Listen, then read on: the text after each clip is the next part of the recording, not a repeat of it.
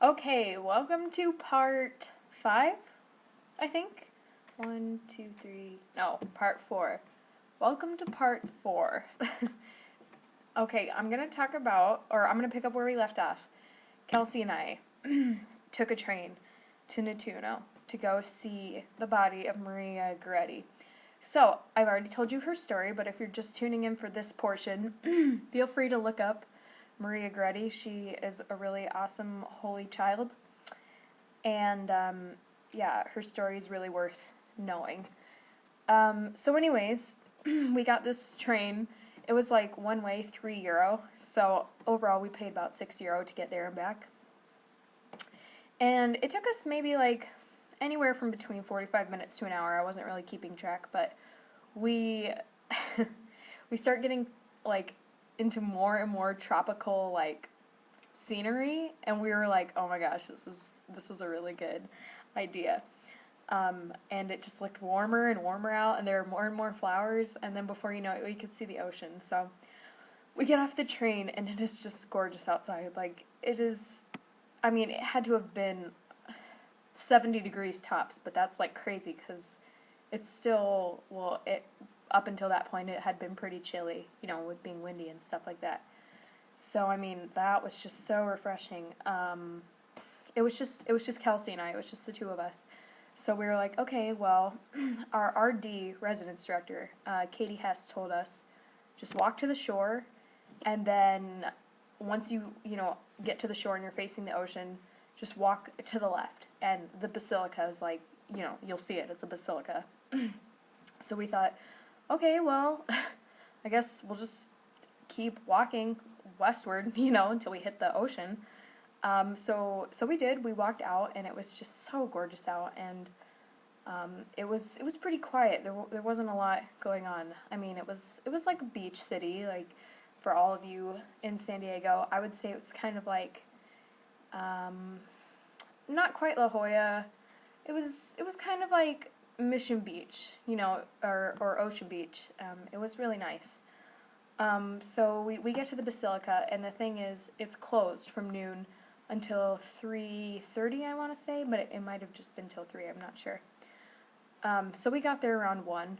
So as you can see, we were just having fun on the beach, and we took pictures and stuff, and then we went and found these rocks, and we prayed a rosary on the rocks, and that was just so nice, and we were just like, so at peace, because Rome is just so busy. You're on these tours, you're seeing so many magnificent things all in a row. It's like overwhelming. It's a lot to take in. So Nettuno was a really nice break from all of that. Let's see. The Mediterranean was pretty warm. I wasn't expecting that. Like, it was cold at first touch, but we walked along the shore for quite a while, and it was, the water, I warmed up to it pretty fast. I actually warmed up to it a lot faster than I do at La Jolla normally. So that was nice. Yeah, so then once we said our rosary, then we just kind of lounged. We didn't really talk. We just like kind of rested and just relaxed on the beach. Then once we heard the basilica bells when it was time, when the basilica opened again, so we went in there, and you saw my pictures. I took a picture of her body, because you shouldn't really take pictures of that out of respect and whatnot.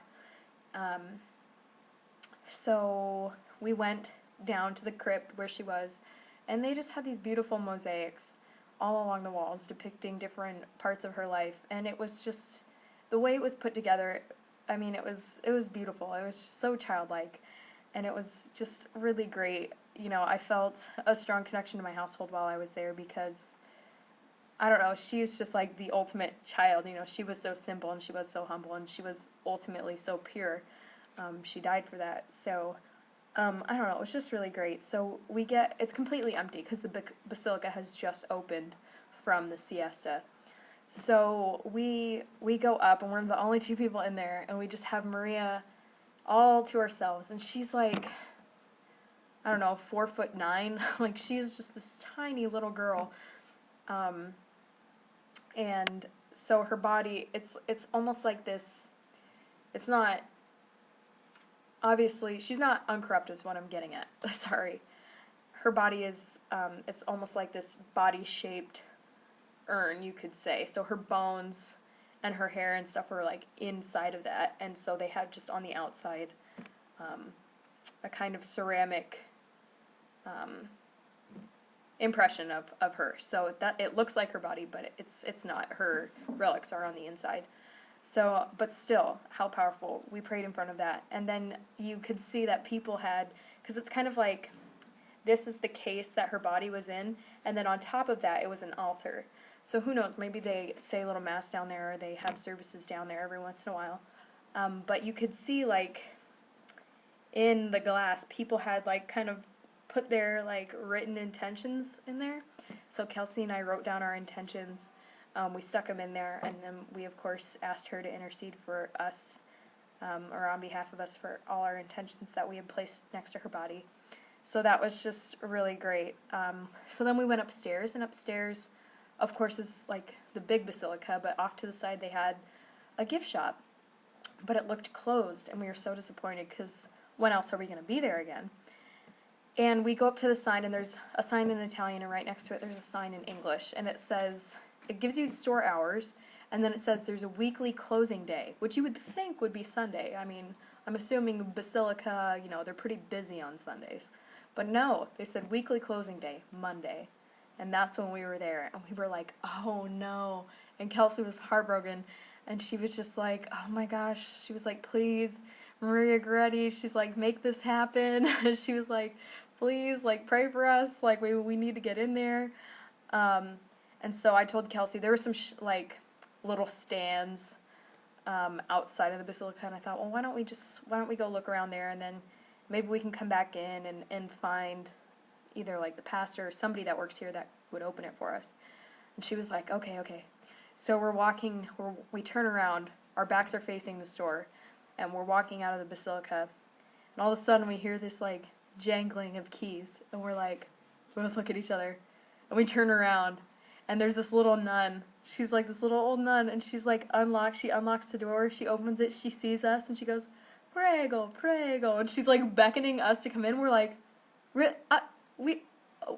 can go in the store? She was like, prego, and she was like all smiling at us, and we were like, oh my gosh. Like, we just ran in there, and it was like the coolest thing, and this nun just barely spoke. Like, she really didn't speak English all that much, but she said, you know, where are you from? And we said the United States, and she, like, didn't know, like, what that was. So we were like, America, USA, or like, what do people call us? You know, we're like taking our hand at Spanish, like, Estados Unidos, like, we're trying. And she just smiles and she goes, I do not understand you. We're like, okay. But she was so nice. She gave us these little prayer cards in English. They had some in English. And she was just very sweet, and we were able to buy some Maria Goretti religious goods while we were there. So that was just a little miracle from Nettuno. And then afterwards we checked the mass times, and it was like in 30 minutes they were going to have mass. So we stayed for mass. I mean, it wasn't even in the basilica. It was oftentimes in basilicas they'll have like little side chapels, and it was in one of the side chapels. And it was all these, like, old Italian women, and they all, like, smiled when they saw Kelsey and us, because there's no young people there. And so they had this African priest, but he spoke Italian, but he had, like, an African accent. It was kind of cool. And he said mass. It was super quick, but they were so nice. This little old lady was just, like, so happy to see us. She, like, let us go in front of her for communion, because she was just, like, so happy to see young people in the church, and it was just, like, so beautiful. So the thing was, but mass, like, there was a train at 4:30, and there was a train at 6:30, but mass was at 5:30, so in between the two trains. So we thought, okay, well, I guess, like, you know, I guess we can just, you know, take the 6:30 train. Like, mass got over, like, super early, like, it was, or no, mass started at 5, so we were still too late for the 4:30 train. But way early for the 6:30 train. So mass got over around 5:30, and the next train wasn't until 6:30, a whole nother hour. So we're like, well, it's kind of chilly now, you know, because we're by the beach and it does get windy when the sun sets and stuff. So we're like, okay, well, I guess we'll just wait a whole hour for the train, because it's around 5:30 and the next train's not until 6:30. Well, we get to the train station, and then we see, like, on the board, like, arrivals and departures, and it says there's a 5:30 train.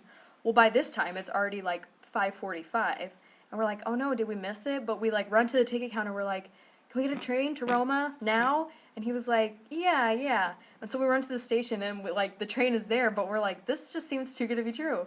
So we asked this guy, he's like kind of sketch looking, and we're like, is this a train? Is this to Roma now? And he was like, you know, something in Italian. Yeah, see. And we're like, okay, so we just like trusted this guy, which sounds crazy, but I mean, it's just what you do. We get on this train, and so then we're like, the train still wasn't leaving. We're like, man, it's way too early to be a 6:30 train. We're looking at my watch, and I'm like, well, it's way too late to be the 5:30 train now. By now, it's about 6 o'clock. And so we're like, oh, did that guy, like, did he not tell us it was the right thing? Like, blah, blah, blah. And so we're like, okay, what's going to be our plan B? Like, what if this doesn't even go in the direction of Rome? Then what's our plan? You know? And then right as I said that, you know, what's going to be our plan B? Kelsey goes, Maria Goretti's going to take care of it. And right as she said that, you hear the whistle, the door is closed, and it starts going in the direction of Rome.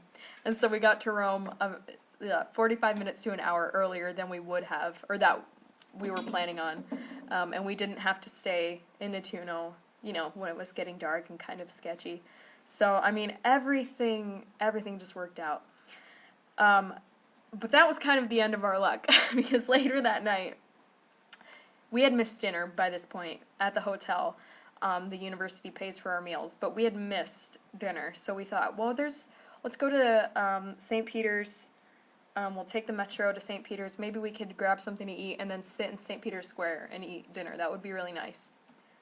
Well, nothing was really open, so the only thing that was open was Burger King, and it was a couple blocks away, so we're like, we'll just walk to Burger King.